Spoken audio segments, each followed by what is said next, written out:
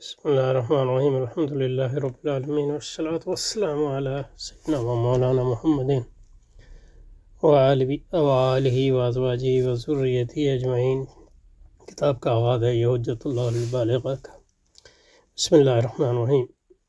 پڑھیں گے ساری، لیکن یہ کہ اس میں رکیں گے صرف ان مباحث پر جو ہمارے لیے دلچسپی کا سامان ہے یا ہماری حیثیت کے مطابق ہیں، مثلا یہ کہ عقلی علوم اور جو ہمارے مباحث جن پر عمومی طور پہ ہم ان نشستوں میں بات کرتے ہیں۔ بسم اللہ الرحمن الرحیم۔ الحمد للہ الذی فطر الانام علی ملت الاسلام والاہتداء وجبلهم على الملة الحنیفیۃ السمحۃ السہلۃ البیضاء ثم انہم غشیہم الجہل ووقعوا اسفل السافلین کہاں پہ؟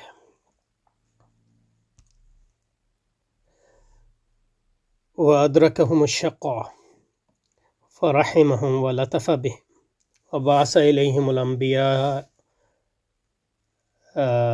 ليخرج بهم من الظلمات إلى النور ومن المضيق إلى الفضاء وجعل طاعته منوطة بطاعته الأنبياء فيا للفخر والعلا ثم وفق من أتباعهم لتحمل علومهم وفهم أسرار شرائعهم من شاء فأصبحوا بنعمة الله حائزين لأسرارهم فائزين بأنوارهم وناهيك به من عليا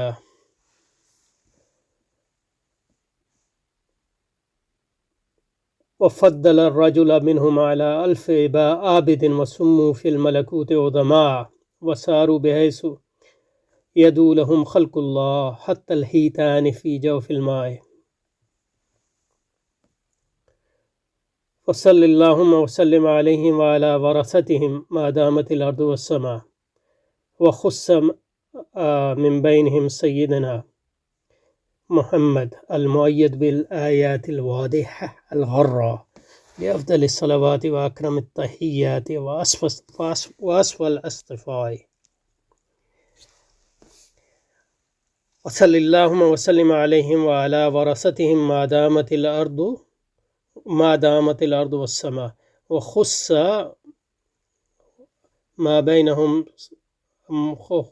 من بينهم سيدنا محمدا المؤيد بالآيات الواضحة الغراء بأفضل الصلوات وأكرم التحيات وأصفى الاصطفاء وأمطر على آله وأصحابه شآبيب رضوانك وجازهم أحسن الجزاء۔ تو یہ اس کا ترجمہ ہے۔ پہ آتے ہیں، ترجمہ حضرات نے کیا ہے، شرح کے ساتھ ترجمہ بھی، پہلے ترجمہ ہے پھر شرح ہے۔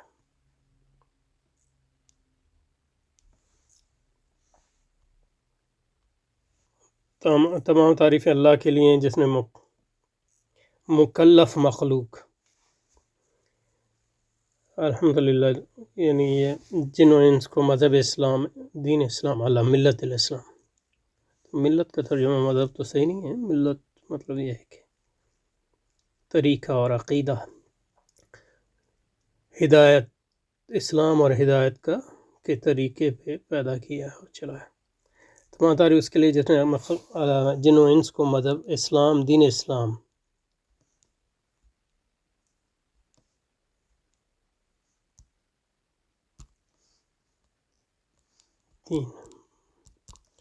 اسلام اور راہ یابی پر پیدا کیا، اہتدا،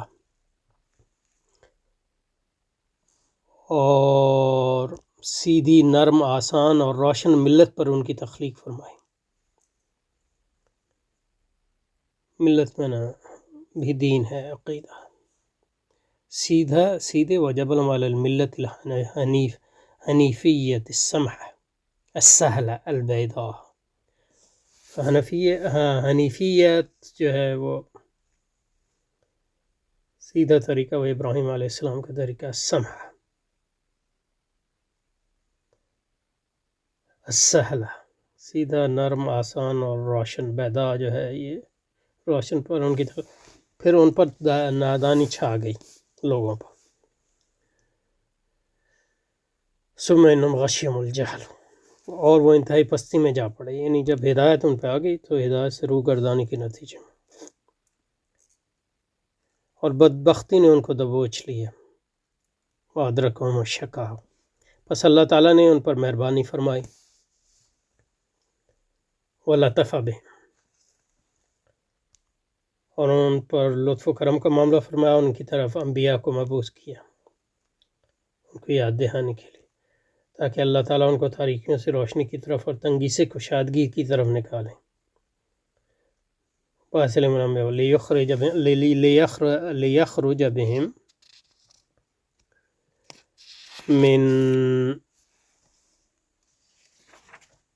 من الظلمات إلى النور، ان کو تاریکیوں سے روشنی اور تنگی سے کشادگی کی طرف نکالیں. اور اللہ تعالیٰ نے اپنی فرما برداری کو انبیاء کی فرما برداری کے ساتھ معلق کر دیا. یعنی جنہوں نے انبیاء کی پیروی کی وہ اللہ کی پیروی کی، کیونکہ انبیاء جو ہیں وہ اپنی طرف سے کچھ نہیں بولتے، وہ وہی بولتے ہیں جو اللہ نے ان کو پیغام بھیجا. پس کیا کہنے انبیاء کی بزرگی اور بلندی کے. فَيَا لِلْفَخْرِ وَالْعَلَا، پھر اللہ تعالیٰ نے انبیاء کرام کی پیروکار متبعین میں سے جن کو چاہا ان کے علوم کو اٹھانے کی یعنی مطلب ان کے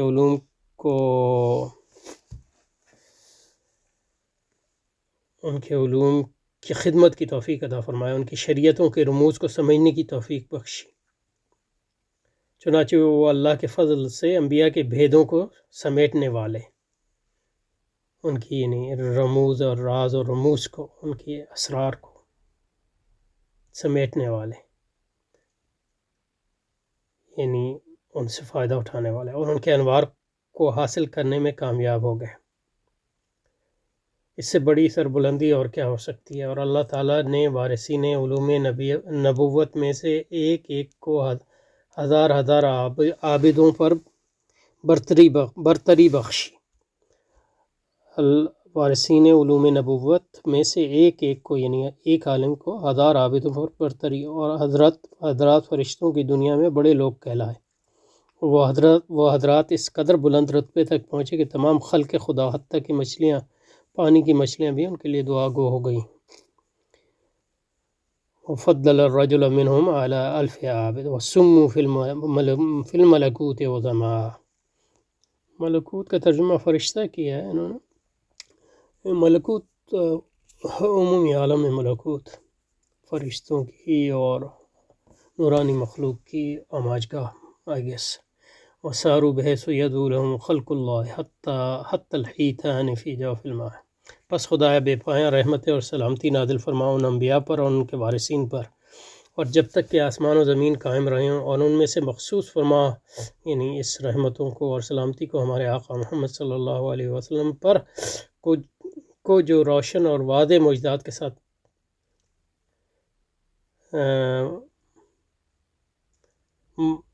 جن کی مدد کی گئی، روشن اور واضح معجزات کے ساتھ.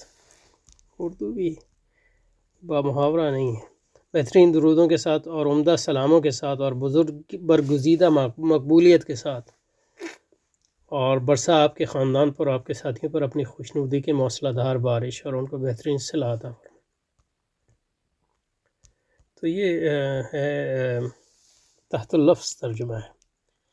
anyway یہ خطبہ ہے، اس میں قولہ اب اس کی تشریح فرمانا ہے لغات کی. اور فطر الانام الی آخری، فطرہ جو ہے یہ باب نصر ینصروں سے بھی آتا ہے اور ضرب یضرب سے بھی آتا ہے. فطر الامر پیدا کرنا، شروع کرنا کسی چیز کو. الانام جو ہے زمین کی تمام مخلوقات، ما ظاہر علی الارض من جمیل خلق، لسان العرب میں خاص طور پر جن و انس کو بھی انعام کہتے ہیں. او الجن والانس وبه فسر قوله تعالی والارض وضعها للانام وهم الثقلان. تو انعام سے جو ہے تمام مخلوق بھی مراد ہوتی ہے، لیکن خاص طور پہ اس سے جن و انس بھی مراد لیا جاتا ہے، اور یہی معنی قرآن کی آیات یعنی وہ میں آئے ہیں. خاص طور پہ جو آیت کا حوالہ دیا ہے سورہ رحمان کی، والارض وضعها للانام. کتاب میں یا تو مکلف مخلوقات جن و انس سے مراد ہیں یا صرف انسان مراد ہیں، کیونکہ آگے انسانوں ہی کا تذکرہ ہے. ملت لغت میں روش اور طریقے کو کہتے ہیں، ملت ابراہیمی. عقیدے کو بھی کہتے ہیں ان معنوں میں. قال ابو اسحاق الملت فی اللغت سنتہم طریقہ و طریقتہم، یعنی اس کا مطلب ہو گیا یعنی زندگی گزارنے کا طریقہ، نظام زندگی. ملت سے وہ مراد ہو سکتا ہے. اہتداء حاصل مصدر بمعنی راہیابی. یہ لفظ اسلام کا ہم معنی ہے. اہتداء راہ راست پانا. قولہ جبلہم الی آخر الحنیفیت وجبلہم علی حنیفیت. تو میں حنیفیہ نسبت حنیف کے بمانے ہیں یا نسبت کی ہے، اور حنیف کے معنی ہیں تمام باطل چیزوں سے رخ پھیر کر اور کنارہ کشی اختیار کر کے دین حق کی طرف مائل ہو. یہ حضرت ابراہیم علیہ السلام کا لقب ہے، اس لیے جو حنیف کے بارے میں قرآن نے فرمایا ان ابراہیم کان امۃ قانتا للہ حنیفا، بے شک ابراہیم بڑے مقتدا تھے، اللہ کے فرما بردار تھے، بالکل ایک طرح کے ہو رہے تھے، بالکل ایک طرف کے ہو رہے تھے، یعنی یکسو ہو کر اللہ کی طرف ہو گئے تھے، ہر ایک سے کٹ کر. اور الملت الحنیفیہ یعنی ابراہیم علیہ السلام کا طریقہ وہ ملت ہے جس میں باطل کی نہ دائیں طرف سے گنجائش ہو نہ بائیں طرف سے، اس کی برکات مستحکم اور مضبوط ہوں. اور یہ ملت حنیفیہ جو ہے رسول اکرم صلی اللہ علیہ وسلم اسی کی تجدید کے لیے تشریف لائے، جو آپ کے والد ابراہیم علیہ السلام کی ملت ہے. ومن یرغب قرآن مجید ومن یرغب عن ملت ابراہیم الا من سفہ نفسہ. وہ ملت جس میں باطل کی نہ دائیں کی طرف گنجائش ہے نہ بائیں طرف، ہر ایک سے کٹ کر اللہ کی طرف جو ہے اس کی اطاعت اور اس کی بات میں یکسو ہو جانا، یہ اور اس کے اللہ کی عبادت میں کسی کو شریک نہ کرنا، اس کی وحدانیت میں کسی کو شریک نہ کرنا، یہ طریقہ جو ہے ابراہیم علیہ السلام کا طریقہ ہے، اور یہ رسول پاک کی ملت ہے، رسول پاک کا طریقہ ہے. اس کی برکات مستحکم اور مضبوط ہوں. سمح مؤنث ہے، سمح معنی نرم، اور ملت سہلہ وہ ملت ہے جس میں عمل کے اعتبار سے آسانی ہو. یعنی آسانی کوئی معیار نہیں ہے، لیکن یہ کہ اس کی آسانی جو ہے اس کی ڈسکرپشن ہے، یعنی اس کی صفت ہے ایک لحاظ سے، اس کی توضیح ہے. اور یہ اضافی ہے ان معنوں میں کہ مطلب باعتبار یعنی پرانی ملتوں کے، مثلا یہودیت کے اعتبار سے، عیسائیت کے اعتبار سے. وہ ملت سمحہ وہ ملت ہے جس میں فکری سادگی ہو، اس کی تعلیمات میں کوئی پیچیدگی نہ ہو،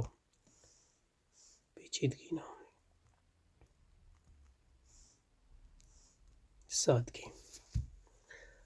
لیکن سادگی اور یہ سب چیزیں بھی جو ہے اس کی کوئی معیار نہیں ہے، بلکہ اس کی توضیح ہے. اس کا معیار وہی ہے جو وہ ہے، یعنی کوئی اس سے انڈیپینڈنٹ یا مستقل بذات معیار نہیں ہے، نہ سادگی نہ، کیونکہ سادگی پیچیدگی اس کو لوگ اور آسانی اس کو لوگ مختلف طریقوں سے سمجھ سکتے ہیں.